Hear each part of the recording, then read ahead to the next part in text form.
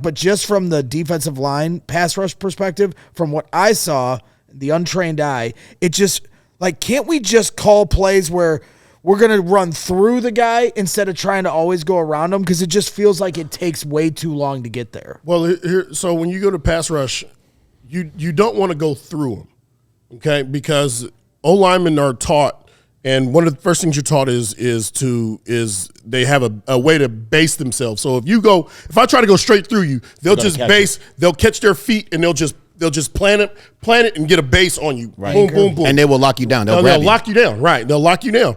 So you want to play to an edge. If you're pass rushing, you want to play on the edge. Mm-hmm. All right? Because if you play on the edge, if I play on half of where you are, I can get by you.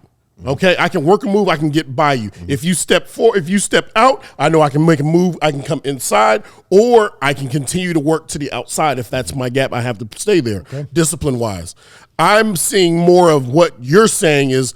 It looks like to me they're going more in the pass rush. Okay, in the pass rush, they're more going straight down the line, which really plays to the strength of the offensive lineman. I want you centered. If you're playing to my edge, I might move me, but it's harder for me to get in front of you or to stop you if you're playing to the edge of me and you're trying to get past me. Okay. Yeah. Well, thank you for the clarification, because I'm like just watching this and you're trying to like solve it. And as Finley and other guys have pointed out, I've said it, this is an issue that can't really be fixed until March. Unfortunately, the playoffs are next week. And so they got to figure it out.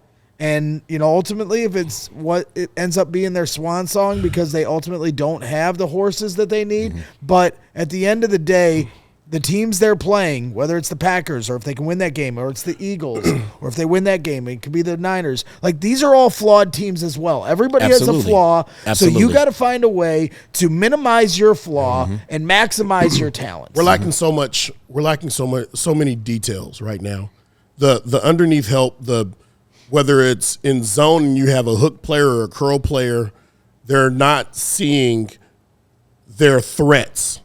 Like there's more spot dropping. So let's say in cover 3, you have 2 hook droppers, you have 2 curl to flat droppers. Okay, so regardless of the formation, you're responsible for the hook. If it's the linebackers, we're responsible for the hook. But your hook drop changes based off of alignments and routes. Right. So it always, as we grew up, it was always changed based off of formations.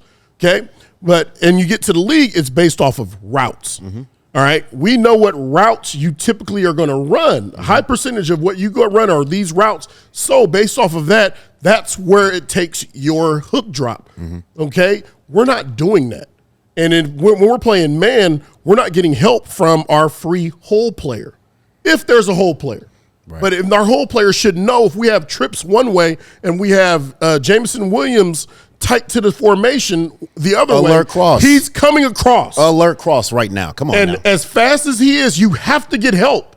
So the inside backer that's free, if we have a free backer or low hole player, maybe it's a safety, has to come in and get a reroute on him to help Jaylon Johnson out. Immediately. You can't. Those routes are uncoverable because they're running away from you. And help me out for you guys watching on the broadcast. Was there enough? I know we've talked about this, Jerry, being physical at the line of scrimmage when the ball is snapped. I haven't had a chance to go back and watch it. Were you seeing enough of that tonight? I wasn't seeing enough of it. I think it's because of the coverage that they were playing. I think that they were in some man-to-man but zone principles behind it. But at the same time, like, if you get up on the line of scrimmage, you have to declare right now of who you are going to be. And who you should be is extremely physical at that line of scrimmage. These wide receivers are too good for free releases, and they're too fast, as we saw, especially on the crossing routes. That's what they like to do. It feels like there's a lack of communication that's going on between the players. And they're just not communicating and understanding, like understanding concepts, like high-low principles and concepts. They have not changed. They're still running the same things that when Lance and I played. They're still running the curl and then the dig right behind it, which they hit about 4 or 5 times. The high-low. There was a route that was run, and I don't know if it was St. Brown or if it was number 11. But Nashawn Wright had it, okay? And it was an over route. It was a deep over route, okay? Now, as a linebacker, I understand the concept of what this guy's trying to do. So the receiver starts running across the field, then he heads up. Okay? This is what receivers do to create the space so that they can come clean on the over route. Right. Okay? So when he comes up, Nahshon Wright follows him. And as soon as he follows him, he's got him. Because now, as soon as he heads up the field, he goes back to the over route. And he created the space. He comes wide open for the pass from Goff. This is something for me. This is the tendency for me right now. So I'm going to play the tendency, and I'm going to overplay the over route on that. If he beats me going backwards, on me. Right. But I'm going to play what the tendency is over here. That, to me, shows, like, I don't know, what are we watching? You have to take risk, and you have to gamble a little bit. Like Jaylon Johnson. I think it was Jameson he was on, and they ran like a quick little crossing route. Yes. And he got wide open really quickly. I'm going to just play if I'm man-to-man, I'm going to play on inside technique. I'm going to tell the safety, I'm playing inside. Inside. Get over the top of me. But I got to get my hands on him because I know with the tendencies that he is going to go across the field and just try to outrun me, with the runaway route.